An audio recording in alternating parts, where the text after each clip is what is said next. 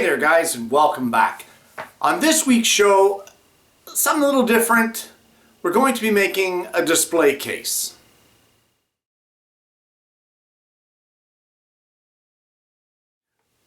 What the deal is I've been commissioned to make a display case for an autographed hockey stick. And before any of you who know me in real life say, I thought you didn't do any more commission pieces. This commission was actually sent and given to me and accepted about 2 years ago. So I'm really behind on this one. And it is in fact the final commission piece that I will do. So we're going to see how it goes.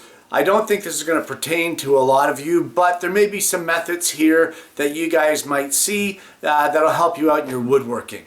So what we're going to start with here is a plan, and this is my plan, and look at that, isn't that sexy?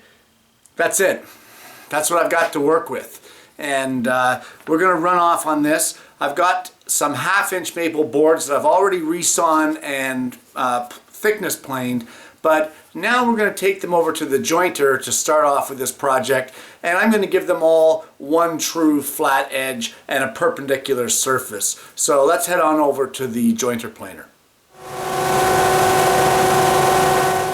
I've got the one edge jointed, and for those of you who don't know, the reason for jointing the one edge is as long as your fence is 90 degrees to your table, what ends up happening is you get two perfectly perpendicular surfaces, and that's your basis for the rest of your work. So now I know that when I put that flat edge up against my table saw fence, I'm going to get a true straight rip all the way down, provided that edge stays against the fence, and you use a feather board to keep it in there. So with that being said, going by my plans, it says I need a case that's 2.5 inches deep. So what I'm going to do is I'm going to rip these maple boards into 3-inch strips, because I want to leave a little bit to be able to put a backing on and probably a French cleat hanger. So with that being said, heading back over to the table saw, ripping some 3-inch strips out of this maple.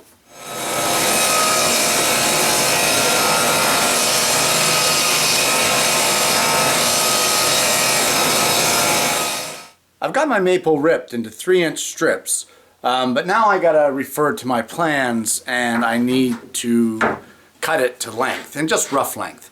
And according to my plans, I need 2 pieces at 68 and 2 pieces at 13. So I'm gonna go through these boards here that I've ripped and just make sure that I don't have flaws in them, because I kind of like the case to look half decent. And I'm going to rough cut these to their dimensions.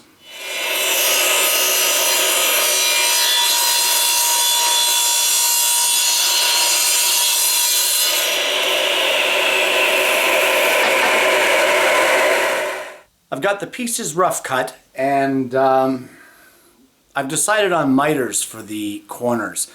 So I'm about to do that, but I just want to show you guys a little something here.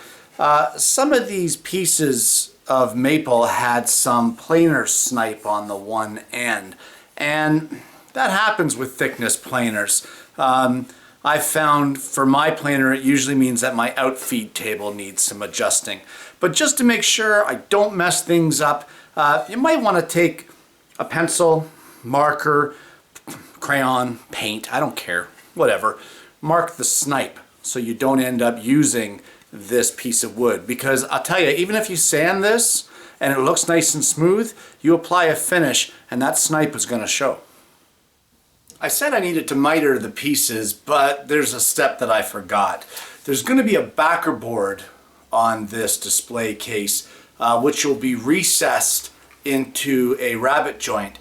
So first things first, before I miter anything, I want to get those rabbets cut. So I'm going to head over to the table saw and I'm going to install my dado blade to cut the rabbets.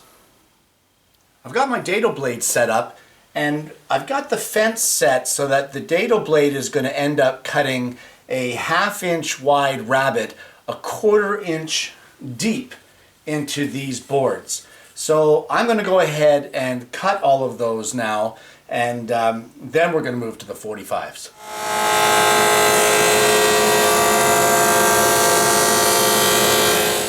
I'll just show you what we've got here now. And what we've got is this 1/2 inch wide rabbet, 1/4 inch deep, and this will serve for the backer board of the display case. So this will be an upright side, let's say, and your backer board will recess into this rabbet. So now that we've got those done, we're going to move on and do the miters for the corners of this case.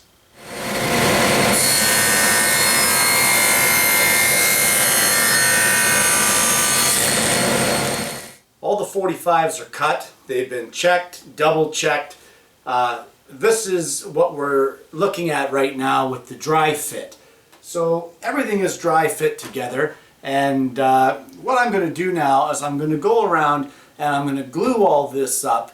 I don't think you guys need a video of a glue up. Man, we had enough of the glue up videos 2 weeks ago with that lazy Susan. But anyway, I'm going to go ahead and glue this up and then leave it overnight. We'll come back tomorrow and get back at it.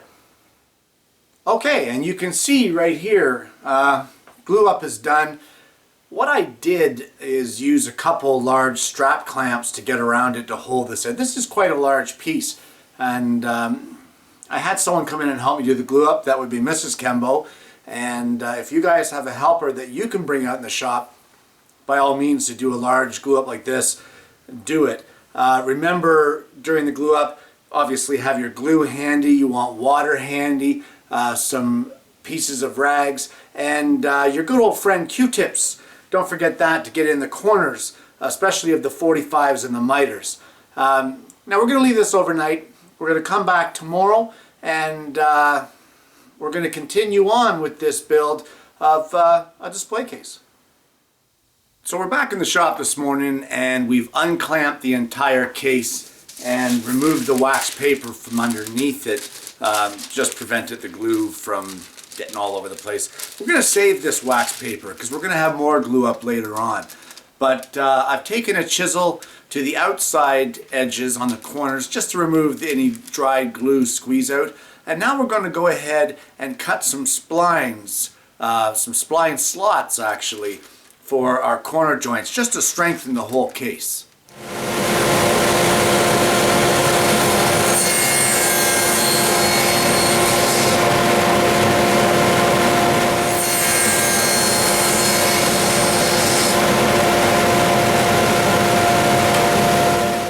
I've got all my spline slots cut now in each of the corners, and I think at this point now what I'm going to do is I have a piece of 1/8 inch thick maple, and I'm going to mark out, or sorry, walnut.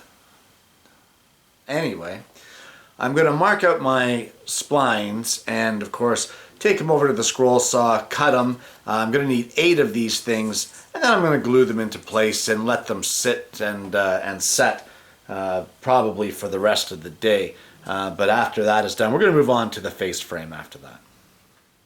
Well, the walnut splines are glued in place. I've used Q-tips to clean up any of the squeeze out around the outside, at least the best that I can anyway. And now as far as this is concerned, there's not much more that we could do. So we're going to leave this part of the build and put this off to the side to dry. Once it dries, we can slice those off and sand the whole unit. But for now, we're done with that. So we're going to move on to the face frame. And for the face frame, what we're going to need is some of that maple, and we're going to have to cut it into 1-inch strips.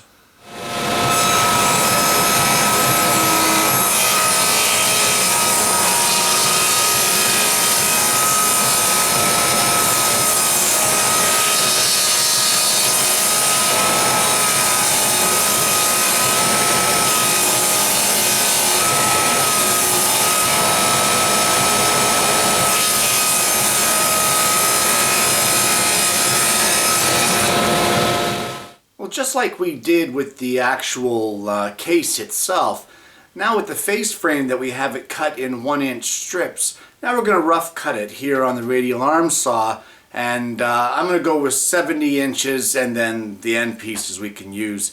But the dimensions actually are the same, so end to end it'll end up being 68 by 13 will be the total size of the face frame.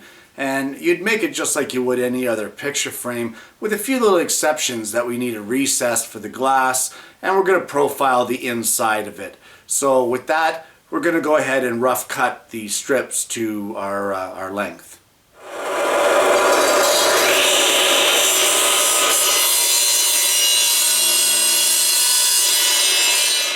All the face frame pieces are cut to rough length, and now it's time to cut the rabbet in them that will accept the glass.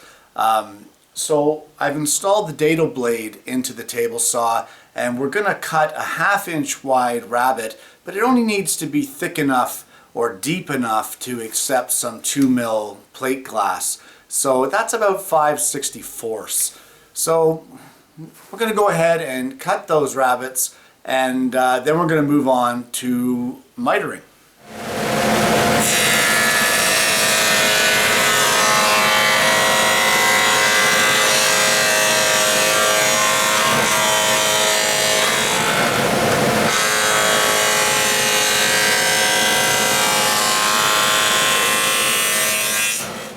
So the rabbet is cut, and now what we're going to do is set up the router table. I think we're going to go with a 1/4 inch round over, and I'm going to round over each of these interior edges before they get mitered. I'm not so sure that the router table is necessary. Maybe just a trim router. Well, the rabbets are cut. Profiles are routed on the inner edges. Now it's time to get to the table saw and miter it up for the face frame.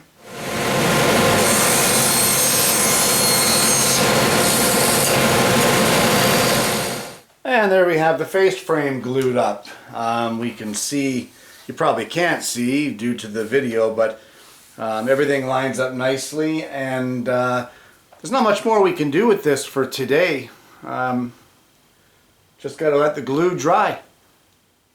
Well, it's another ambitious project, I guess, on my part, and it seems like filming is taking much longer than what I had anticipated, and there's a lot more footage.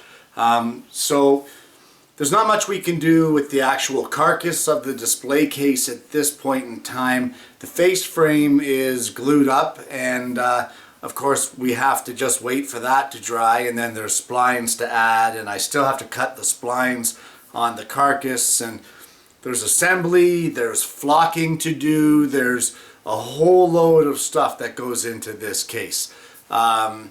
So I don't know if there's going to be a 2, possibly a 3-parter, but we're going to stop it right here for this week, and come back to you on next week's show with, I guess it'll be part 2 of making a display case.